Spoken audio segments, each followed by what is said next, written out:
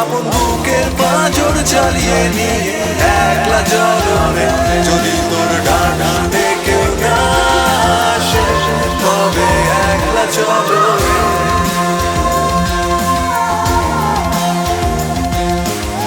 একলা চলো, একলা চলো, একলা চলো, একলা চলো রে। নমস্কার বন্ধুগণ, বাংলাদেশে আজ একটা অদ্ভুত পরিস্থিতি তৈরি হয়েছে।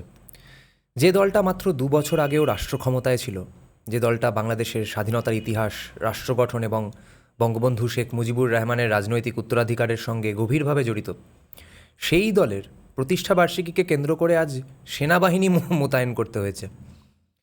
প্রশ্ন হলো, এটা কি আওয়ামী লীগের শক্তির প্রমাণ, নাকি বাংলাদেশের রাজনৈতিক ব্যবস্থার দুর্বলতার প্রমাণ? আরও বড় প্রশ্ন, আমরা কি একটি গভীর রাজনৈতিক সংকটের মধ্যে ঢুকে পড়ছি আবার? বাংলাদেশ সরকার ঢাকাসহ 6টি গুরুত্বপূর্ণ এলাকায়, ঢাকা, চট্টগ্রাম, গাজীপুর, নারায়ণগঞ্জ, ফরিদপুর এবং গোপালগঞ্জে 30শে জুন পর্যন্ত সেনাবাহিনী মোতায়েন করেছে। সরকারের বক্তব্য, গোয়েন্দা তথ্যের ভিত্তিতে সম্ভাব্য অশান্তি, নাশকতা এবং রাজনৈতিক সংঘর্ষের আশঙ্কা রয়েছে।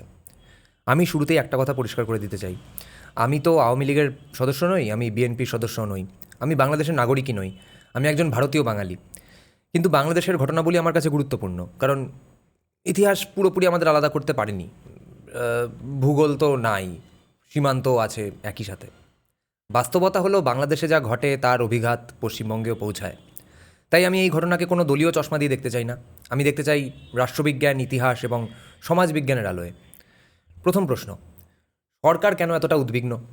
সরকারের বক্তব্য অনুযায়ী আওয়ামী লীগের সমর্থকরা প্রতিষ্ঠাবার্ষিকী উপলক্ষে বিভিন্ন কর্মসূচি নিতে পারে এবং সেই কর্মসূচি অশান্তিতে রূপ নিতে পারে।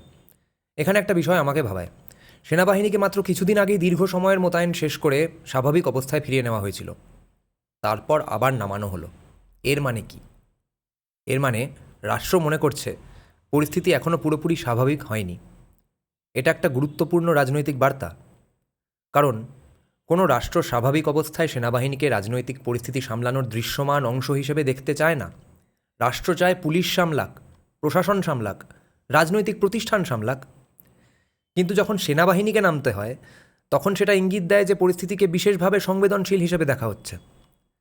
এখন দ্বিতীয় প্রশ্ন, আওয়ামী লীগ যদি রাজনৈতিকভাবে এতটাই দুর্বল হয়ে থাকে, তাহলে তাদের প্রতিষ্ঠাবার্ষিকী নিয়ে এত উদ্বেগ কেন?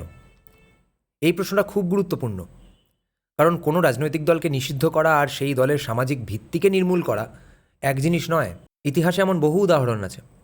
মিশরে মুসলিম ব্রাদারহুড, তুরস্কে ইসলামপন্থী রাজনৈতিক আন্দোলন, পাকিস্তানে বিভিন্ন রাজনৈতিক নিষেধাজ্ঞা, ভারতে জরুরি অবস্থার সময় বিরোধী রাজনীতির উপর চাপ।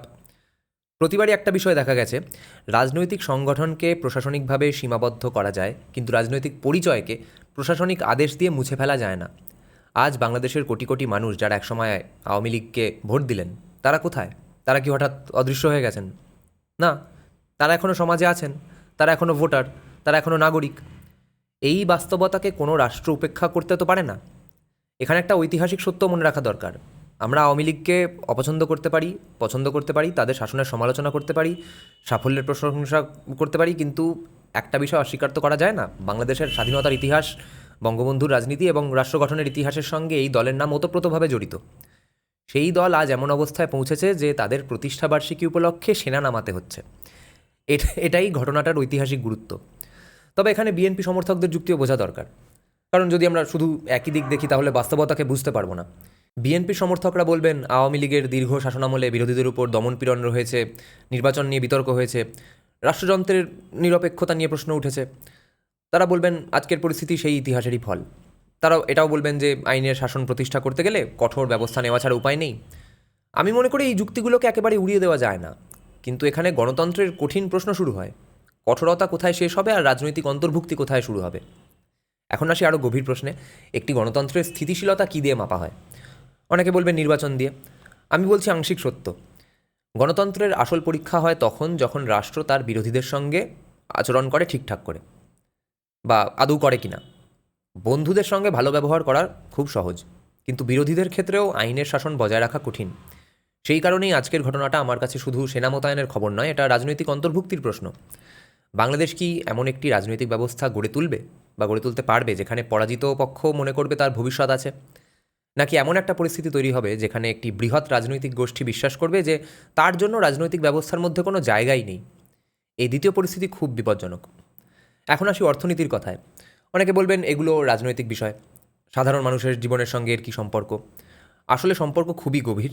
ধরা যাক আপনি মালয়েশিয়া, সিঙ্গাপুর, জাপান বা ইউরোপের কোনো বিনিয়োগকারী। আপনি বাংলাদেশে কারখানা খুলতে চান। আপনি কি দেখবেন? রাজনৈতিক স্থিতিশীলতা আছে কিনা, আইনের শাসন আছে কিনা, ক্ষমতার শান্তিপূর্ণ হস্তান্তর সম্ভব কিনা, বিরোধী রাজনীতি নিরাপদ কিনা।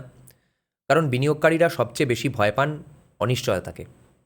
একটি দেশ রাজনৈতিকভাবে যত বেশি পূর্বানুমানযোগ্য, বিনিয়োগকারীদের কাছে সে দেশ তত বেশি আকর্ষণীয়। কিন্তু যদি আন্তর্জাতিক সংবাদ মাধ্যমে বারবার রাজনৈতিক উত্তেজনা, সেনা মোতায়েন এবং নিরাপত্তা সতর্কতার খবর আসে, তাহলে সেটার প্রভাব পড়তেই পারে। এটা দ্বিতীয় স্তরের অর্থনৈতিক প্রভাব। তৃতীয় স্তরের প্রভাব আরও বড়। ধরা যাক আগামী 5 বছরে বাংলাদেশে একটি বড় রাজনৈতিক শূন্যতা তৈরি হলো। তাহলে সেই শূন্যস্থান কে পূরণ করবে? ইতিহাস বলছে রাজনৈতিক শূন্যস্থান কখনো খালি থাকে না, কেউ না কেউ সেটা পূরণ করে। কখনো মধ্যপন্থী শক্তি, কখনো চরমপন্থী শক্তি, কখনো ধর্মীয় শক্তি, কখনো ব্যক্তিকেন্দ্রিক আন্দোলন। এই কারণেই রাজনৈতিক অন্তর্ভুক্তি এত গুরুত্বপূর্ণ। কারণ গণতন্ত্রের উদ্দেশ্য শুধু নির্বাচন করা নয়। গণতন্ত্রের উদ্দেশ্য হচ্ছে সংঘাতকে রাজনৈতিক প্রতিযোগিতার মধ্যে ধরে রাখা, যাতে সংঘাত রাস্তায় না নামে। আরেকটা দিক আছে, বাংলাদেশের তরুণ প্রজন্ম। 2024 সালের পর বাংলাদেশের রাজনীতিতে তরুণদের ভূমিকা অত্যন্ত গুরুত্বপূর্ণ হয়ে উঠেছে। আজকের 20 বছরের একজন বাংলাদেশি যুবক কী দেখছে? সে দেখছে রাজনৈতিক দলগুলোর মধ্যে গভীর সংঘাত, গ্রেপ্তার, নিষেধাজ্ঞা, নিরাপত্তা সতর্কতা, অনিশ্চয়তা। প্রশ্ন হলো, সে কি রাজনীতিকে পরিবর্তনের হাতিয়ার হিসাবে দেখবে নাকি রাজনীতিকে এড়িয়ে চলবে?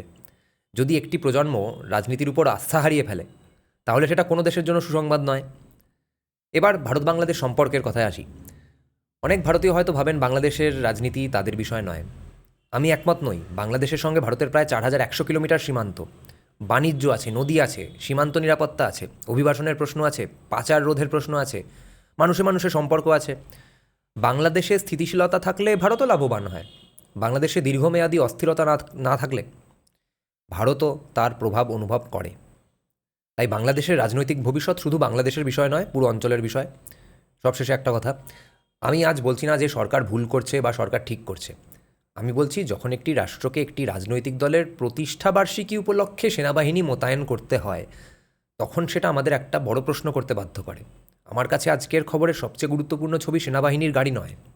সবচেয়ে গুরুত্বপূর্ণ ছবি হলো একটি প্রশ্ন: বাংলাদেশ কি এমন একটি রাজনৈতিক ব্যবস্থা তৈরি করতে পারবে যেখানে রাজনৈতিক প্রতিদ্বন্দ্বীরা একে অপরকে হারাতে চাইবে কিন্তু নির্মূল করতে চাইবে না? কারণ গণতন্ত্রের আসল সৌন্দর্য এখানেই। আপনি আপনার প্রতিপক্ষকে পরাজিত করতে পারেন, কিন্তু তার অস্তিত্বের অধিকার অস্বীকার করতে পারেন না। যদি বাংলাদেশ এই ভারসাম্য খুঁজে পায়, তাহলে আজকের সেনা মোতায়েন ইতিহাসের একটি ক্ষণস্থায়ী ঘটনা হয়ে থাকবে। আর যদি না পায়, তাহলে আজকের এই খবর ভবিষ্যতের আরও বড় সংকটের পূর্বাভাস হিসেবেও স্মরণীয় হয়ে থাকতে পারে। এটা মাথায় রাখবেন। ধন্যবাদ। আপন বুকের পাঁজর চালিয়ে নিয়ে একলা চলবে, যদি তোর ডানাতে কেউ না আসে, তবে একলা চলবে।